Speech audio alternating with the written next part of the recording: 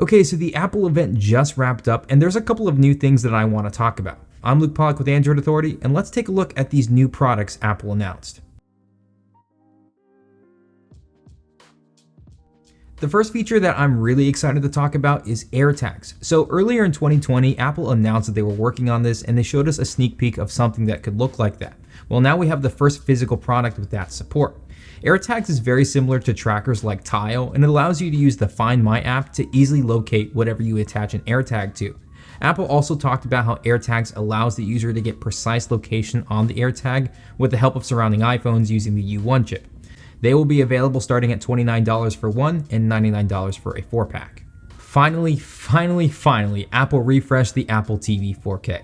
This new changes features a streaming device that runs on the A12 Bionic chip that enables the device to support 4K HDR at higher frame rates. Apple also talked about a new feature that allows the user to color calibrate their TV using their iPhone. Honestly, this was one of the more exciting announcements for me personally, as color accurate displays are not something that's really consumer focused. So I'm very excited and happy to see that Apple is trying to tackle this. Now, whether or not it actually works is a totally different story, but it's a good step in the right direction nonetheless. However, that's not it. Arguably one of the biggest new changes to the Apple TV is the Apple Remote redesign. So finally we get directional buttons in addition to the touch-enabled navigation pad that we had before, but now there's an actual physical power button on the right side that lets you turn off your TV. I'm honestly not surprised it took Apple this long to add such a basic feature, but at least now it's finally here. The new 4K Apple TV starts at $179 for the 32GB model, but you can pre-order it on April 30th with availability in the second half of May. Now, probably the biggest announcement of the day is the new M1 powered iMac. It comes in 7 new colors and a new ultra-thin design coming in at just 11.5 millimeters thick. It actually looks like a gigantic iPad, and I really like the new minimal take here. The design is finally modern feeling and really shows off the capability of the M1 chip, given how thin the new iMac is. However, it should be noted that the new design does not feature a touchscreen, something that has arguably been missing from the iMacs for quite some time, and it's really frustrating not to see it in this new design, especially considering how much it resembles an iPad. The display also features a 24-inch 4.5K Retina screen, and finally Apple has now upgraded the front-facing camera to a resolution of 1080p. There were a bunch of new design features including 3 new microphone array, a 6-speaker setup, 4 USB-C ports, 2 of them are actually Thunderbolts, and a new power cable. However, even with all of these new features, I'm still confused about a couple of the design choices.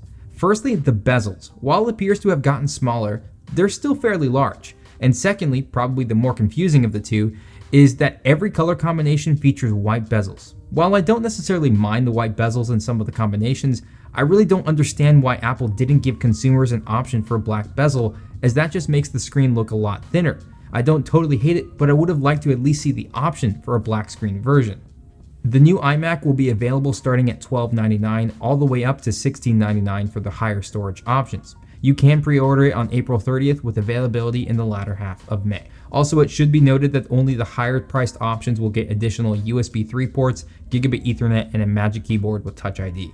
Apple closed off the event with a refresh of the iPad Pro line. These new iPads both feature Apple's M1 chip, but the larger 12.9-inch model now has what Apple is calling Liquid Display XDR.